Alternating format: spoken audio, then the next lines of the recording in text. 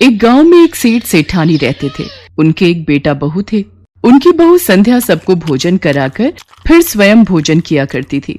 पड़ोस में रहने वाली शोभा की आदत थी, जब भी संध्या भोजन बनाकर हटती तो वो उससे जरूर पूछती, संध्या बड़ी देर से रसोई में लगी हुई थी, आज खाने में क्या क्या बनाया, खाया है? आज तो बस ठंडा बासी ही खाया है। संध्या शोभा को रोजाना यही उत्तर देती। संध्या का पति सूरज रोजाना उसे ऐसा कहते देखता था। एक दिन संध्या ने तरह तरह के पकवान बनाए और घर के सभी लोगों ने एक साथ बैठकर भोजन किया। कुछ देर बाद पड़ोसन शोभा फिर आई। आज तो हम सब ने पकवान खाए हैं, देखो आज संध्या क्या कहती है। आज भी पड़ोसन शोभा ने संध्या से पूछा तो आज भी उसने कहा कि ठंडो बासी खाया है। सूरज सोच में कि हो न हो कोई बात अवश्य है जिससे कि मेरी पत्नी ऐसा कहती है। पड़ोसन के जाने के बाद उसने पत्नी से पूछा, संध्या पड़ोसन शोभा से तुम रोज ठंडा बासी खाया ऐसा क्यों कहती हो, जबकि हम सबने तो एक साथ बैठकर कई तरह के पकवान खाए थे और हमेशा खाते हैं। हम जो खा रहे हैं वो बाप बूढ़ों की कमाई है। जिस दिन आप कमा कर लाओगे उस दिन मैं समझूंगी कि ताजा भोजन कर रहे हैं। संध्या की ये बात सूरज के मन में घर कर गई और एक दिन वो अपनी माँ से बोला, माँ मैं एक बड़े शहर में कमाई करने जा रहा हूँ। बेटा अपने पास इतना धन है, हमारा इतना पुश्तैनी कारोबार है, हमें किसी चीज की कोई कमी नहीं है, फिर भी तू कमाने जाना चाहता है? माँ मैंने स्वयं कमाने का दृढ़ निश्चय कर लिया है। मैं चाहता हूँ कि मैं भी पिताजी और दादाजी की तरह मेहनत करके धन कमाऊं, इसलिए मुझे मत रोको माँ। सूरज ने दृढ़ निश्चय कर लिया था, इसलिए वो अपने माता पिता को समझा कर जाने लगा। जाते समय वो संध्या से बोला, संध्या मैं जब तक बहुत सा धन कमा कर लेकर ना आऊं तुम चूल्हे की आग मत बुझने देना। इतना कहकर सूरज चला गया। संध्या लकड़ियों को डालकर चूल्हे की आग को जलने देती थी। एक सुबह जब संध्या सोकर उठी उसने देखा कि अचानक चूल्हे की आग बुझ गई। तो संध्या मन ही मन घबराने लगी, कहीं मेरे पति पर कोई संकट तो नहीं आ पड़ा। घर में लकड़ियां भी नहीं है और बाबूजी भी किसी काम से गए हैं। जल्दी से पड़ोस में से आग लाकर चूल्हे में रख देती हूँ। ऐसा विचार करके संध्या पड़ोस में गई। वहां पड़ोसन शोभा चौथ माता का व्रत पूजन कर रही थी। संध्या अभी थोड़ी देर में आकर ले जाना, अभी बस थोड़ी देर में मेरी पूजा समाप्त हो जाएगी, फिर मैं तुम्हें चूल्हे की लकड़ी दे दूंगी। शोभा आज कौन सा व्रत है? तुम्हें नहीं पता? आज चौथ माता का व्रत है। इस व्रत को करने से अन्न लक्ष्मी की प्राप्ति होती है। चौथ माता हर संकट से हमारे सुहाग की रक्षा करती हैं। शोभा मैंने इस व्रत को कभी नहीं रखा, क्या तुम इस व्रत को रखने की विधि मुझे बताओगी? हाँ जरूर। संध्या ने भी उस दिन चौथ माता का व्रत किया। शोभा के कहे अनुसार दीवार पर चौथ माता बनाई। उनसे अपने पति की सलामती के लिए पूजा प्रार्थना की। उस दिन घी गुड़ का चूरमा बनाकर रात्रि को चंद्रमा को अर्घ्य देकर भोजन किया।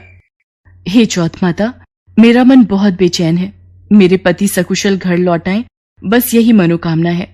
मैंने सुना है चौथ माता जो भी आपका व्रत पूरे श्रद्धा भाव से करता है आप उसके मन की मुराद अवश्य पूरी करती हो। मेरी मुराद पूरी कर दो माँ, मेरे पति को वापस भेज दो। संध्या की प्रार्थना चौथ माता तक पहुंचती है और वो सूरज को सपने में दर्शन देती है। बेटा सूरज उठो, तुम्हारी पत्नी तुम्हें बहुत याद कर रही है, अब तुम्हें घर लौटना चाहिए। माँ मेरा अभी हिसाब किताब बहुत करना बाकी है। तुम चिंता मत करो, कल शाम होने से पहले तुम्हारा सारा हिसाब किताब निपट जाएगा, बस तुम जाने की तैयारी करो। इतना कहते ही चौथ माता अंतर्ध्यान हो गई और ऐसा ही हुआ। शाम होने तक सूरज ने सारा हिसाब किताब निपटा कर तैयारी की और कमाया हुआ धन दौलत लेकर चल दिया। रास्ते में एक बड़ा सा काला नाग फन फैलाए बैठ गया। वो सूरज से बोला, आज तो मैं तुझे डसूंगा, आज तेरी आयु पूरी हो गई है। चौथ माता की आज्ञा से मैं अपनी पत्नी से मिलने जा रहा हूँ। वहाँ मेरी पत्नी मेरी बहुत चिंता कर रही है, मैं उससे मिलकर वापस लौट आऊंगा। उसके बाद तो मुझे मार देना। अगर तुम लौट कर नहीं आए तो तुम्हारे घर आकर तुम्हें डस लूंगा। सूरज ने सर्प को वचन दिया और अपने घर पहुंचा। वहां सभी से हंसी खुशी से मिला, पर उसका ध्यान अभी भी उसी तरफ था, इसलिए वो उदास था। संध्या ने चिंता का कारण पूछा तो सूरज ने काले नाग वाली बात बताते हुए कहा, संध्या यदि मैं उस नाग के पास नहीं जाऊंगा तो वो घर आकर ही मुझे डस लेगा। आप घबराओ नहीं, आप आराम से सो जाओ, बाकी सब मुझ पर छोड़ दो। और मुझे चौथ माता पर विश्वास है कि वो मेरे सुहाग की सदैव रक्षा करेंगी। संध्या के कहने पर सूरज सो गया। संध्या का कमरा छत पर था, जिस पर 7 सीढ़ियां थीं। संध्या ने चतुराई से पहली सीढ़ी पर रेत, दूसरी पर इत्र, तीसरी पर गुलाब का फूल, चौथी पर कंकु केशर, 5वीं पर लड्डू पेड़ा, 6ठी पर गादी गलीचा और 7वीं सीढ़ी पर दूध का कटोरा भरकर रख दिया। इस प्रकार वो 7 सीढ़ी सजाकर बैठ गई। आधी रात होते ही नाग आकर सीढ़ी चढ़ने लगा। वो पहली सीढ़ी पर रेत में लौट गया। ये सब आराम के साधन देखकर भी मैं नहीं बदलूंगा। मैं वचनों से बंध कर आया हूँ, सो डसूंगा अवश्य ही। हे यमराज, रुकिए। मैंने संध्या को सदा सुहागिन रहने का वरदान दिया है, इसलिए आप उसके पति को नहीं ले जा सकते। मैं भी अपने वचन से बंधी हुई हूँ। जो सुहागिन स्त्री मेरा व्रत करती है, मैं उसे सदा सुहागिन रहने का वरदान देती हूँ। यदि मेरा वरदान झूठा होगा और आपने संध्या के पति के प्राण हर लिए, तो संसार में धर्म कर्म और इस चौथ व्रत पूजन को कौन मानेगा। इतनी देर में गणेश जी और चंद्रमा जी भी प्रकट हो गए और उन्होंने भी चौथ माता के साथ संध्या को सुहागिन रहने का आशीर्वाद दिया। इस पर यमराज जी बोले, हे चौथ मैया, हे गणेश भगवान, हे चंद्रदेव, जब आप तीनों ने संध्या को सौभाग्यवती रहने का आशीर्वाद प्रदान कर ही दिया है, तो मैं भूल कर भी उसके पति का प्राण नहीं ले सकता। हे चौथ माता, आपके व्रत और पूजन करने वाली सुहागन स्त्रियों का सुहाग सदैव अमर रहेगा। उनके पति को कोई भी संकट नहीं छू पाएगा। ये आज आपने सिद्ध कर दिया। जय चौथ माता की। इतना कहते ही सभी देवी देवता वहां से अंतर्ध्यान हो गए। सुबह उठकर सूरज ने देखा कि उस पर आया संकट टल चुका था। सबने मिलकर चौथ माता को धन्यवाद किया। संध्या के सास ससुर भी अपने बेटा बहू को आशीर्वाद देते हैं।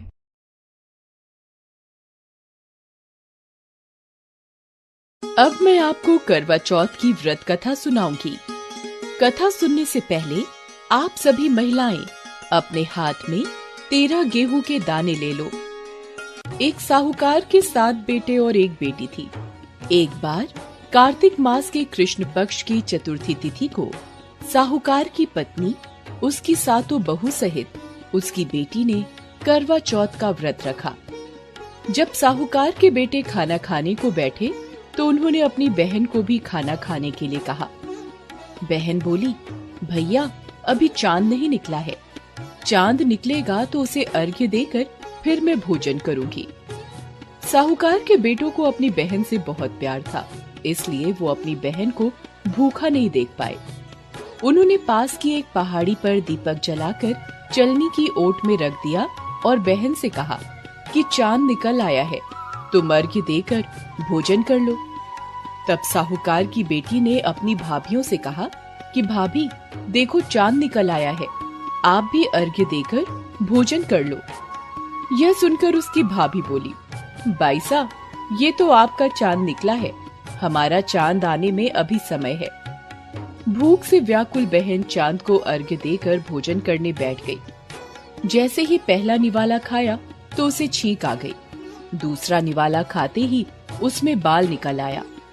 तीसरा निवाला मुंह में लेने ही वाली थी कि उसके ससुराल से बुलावा आ गया, पति बीमार है, जिस भी हालत में हो तुरंत ससुराल पहुंच जाओ। माँ ने उससे कहा, बेटी रास्ते में जो भी छोटा या बड़ा मिले उसके पैर छूते जाना, और जो भी तुम्हें सदा सुहागिन होने का आशीर्वाद दे वहीं पर अपने पल्लू पर गांठ बांध लेना। बेटी ने हामी भरी और अपने ससुराल चल दी, और रास्ते में जो भी मिला वह उनके पांव छूती रही। सबने सुखी रहो, पीहर का सुख देखो, ऐसा आशीर्वाद दिया। चलते चलते जब वो ससुराल पहुंच गई तो देखा कि दरवाजे पर छोटी ननंद खेल रही थी। उसने छोटी ननंद के पांव छुए तो ननंद ने आशीर्वाद दिया, सदा सौभाग्यवती रहो, पुत्रवती हो। यह सुनने पर उसने अपने पल्ले पर गांठ बांध ली। जब घर के अंदर गई तो देखा उसका पति मरा पड़ा है और उसे शमशान ले जाने की तैयारी हो रही है। वो बहुत रोई और बहुत चिल्लाई। जैसे ही उसके पति को ले जाने लगे तो बोली, मैं इन्हें नहीं ले जाने दूंगी। जब किसी ने उसकी बात नहीं मानी तो बोली, मैं भी उनके साथ जाऊंगी। जब वो नहीं मानी तो लोग बोले, ले चलो।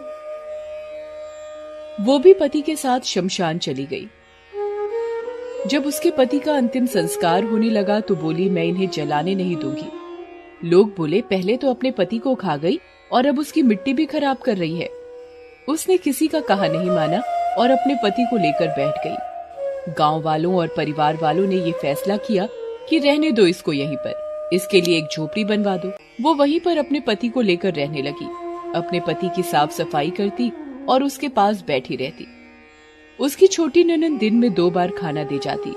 वो हर चौथ का व्रत करती और चांद को अर्घ्य देती। जब चौथ माता ये कहती हुई आती, करवो ले भाइयों की प्यारी करवो ले, घड़ी बुखारी करवो ले। उसने चौथ माता से अपने पति के प्राण मांगे तो चौथ माता ने बोला, हमसे बड़ी चौथ माता आएंगी तो तुम उनसे अपने पति के प्राण मांगना। ऐसा करते करते सारी चौथें आई और वही बातें कहकर चली गईं। जब अश्विन की चौथ माता आई तो उन्होंने कहा कि तुमसे कार्तिक की चौथ माता नाराज हैं, उनको प्रसन्न करो, उनको मना लो, वही तुम्हारा सुहाग लौटाएंगी। जब कार्तिक माह की सबसे बड़ी चौथ करवा चौथ आई तो उसने अपनी छोटी ननद से 16 सिंगार, सुहाग का सारा सामान और करवे मंगाए। सास सोचकर बोली, पागल हो गई है, जो मांगती है वो दे आओ। साहूकार की बेटी ने फिर करवा चौथ का व्रत किया और चांद को अर्घ्य दिया और जोत जलाई। चौथ माता खुश होकर प्रकट हुई और बोली, करवो ले 7 भाइयों की प्यारी करवो ले, दिन में चांद उगाने वाली करवो ले, घड़ी बुखारी करवो ले। तब साहूकार की बेटी ने चौथ माता के पैर पकड़कर कहा, मेरा सुहाग वापस दे दो। चौथ माता बोली, तू तो बड़ी भूखी है, 7 भाइयों की प्यारी बहन है, तुझे सुहाग का क्या काम। तब वो बोली, माता मैं आपके पैर तब तक नहीं छोड़ूंगी जब तक आप मेरा सुहाग वापस नहीं करती। तब चौथ माता ने उससे सारा सुहाग का सामान मांगा तो उसने 16 सिंगार का सारा सामान चौथ माता को दे दिया। तब चौथ माता ने अपनी आंखों से काजल निकाला, नाखूनों से मेहंदी निकाली, मांग से सिंदूर निकाला और अपनी छोटी उंगली से उसके पति को छींटे दिए और उसका पति जीवित हो गया। जाते जाते चौथ माता उसकी झोपड़ी पर पैर मार कर गई और उसकी झोपड़ी महल में बदल गई। जब उसकी छोटी ननद खाना देने आई तो उसने देखा कि भाभी की झोपड़ी महल में बदल गई। वो दौड़ दौड़ कर छोटी ननद के पास गई और बोली, देखिए बाई साहब, आपका भाई जीवित हो गया है, घर जाइए, सासू जी से बोलिए हमें गाजे बाजे के साथ लेने आए। ननद हर्ष पूर्वक घर गई और माँ से बोली, माँ भाई जीवित हो गए हैं। माँ ने कहा, भाभी के साथ तेरा भी दिमाग खराब हो गया है। बहन बोली, माँ मैंने अपनी आंखों से देखा है, सच में भाई जीवित हो गया है। भाभी ने गाजे बाजे के साथ बुलाया है। माँ गाजे बाजे के साथ अपने बेटे को लेने पहुंची। बेटे को जीवित देखकर माँ भावुक हो उठी। बहू ने कहा, देखिए माँ, आपका बेटा जीवित हो गया है, मैंने तो साल भर पहले ही खो दिया था, ये तो तेरी पूजा के प्रताप से वापस आया है। हे चौथ माता, जैसे आपने साहूकार की बेटी के साथ पहले किया वैसे किसी के साथ मत करना, और बाद में जैसे उसे सुहाग का जीवन दान दिया वैसे ही सभी को दीर्घायु का वरदान देना और अपनी कृपा ऐसे ही बनाए रखना। जय चौथ माता की। आइए जानते हैं करवा चौथ की पूजा विधि। सबसे पहले एक चौकी रखें, उस पर लाल रंग का कपड़ा बिछाएं और इस पर करवा माता का केंद्र रखें। अब चौकी पर सीधे हाथ की तरफ थोड़े से चावल रखें और उस पर करवा रखें। करवे में जल भरकर उसे ढक्कन से ढकें और उसके ऊपर थोड़ी चीनी रख दें। अब इसके ऊपर घी का दिया प्रज्वलित करें। इसके बाद करवा माता का तिलक करें और करवे पर भी तिलक करें। अब एक और लोटे में जल भरकर एक तरफ रखें। इसी जल से हम सूर्य को अर्घ्य देंगे और पहले करवे के जल से चंद्रमा को अर्घ्य देंगे। अब करवा माता पर पुष्प या पुष्प का हार, फल, मिष्ठान अर्पित करें। अब आप एक थाली तैयार करें जिसमें सास के लिए साड़ी, सुहाग का सामान आदि रखें। अब करवा माता की कथा पढ़कर गणेश जी की आरती और माँ लक्ष्मी जी की आरती करें। पूजा पूरी होने पर लोटे में रखे जल से सूर्य को अर्घ्य देना है और इसके बाद महिलाएं 1 गिलास पानी, चाय, दूध इत्यादि पी लेती हैं। ये पूजा महिलाएं दोपहर के समय कर लेती हैं। पूजा करने के पश्चात शाम को चांद निकलने की प्रतीक्षा करती हैं। आज चांद निकलने पर चांद की पूजा और अर्घ्य देकर अपने पति के पैर छूकर आशीर्वाद लेती हैं और पति के हाथों से ही अन्न ग्रहण करती हैं। और इस प्रकार करवा माता की पूजा संपन्न हुई।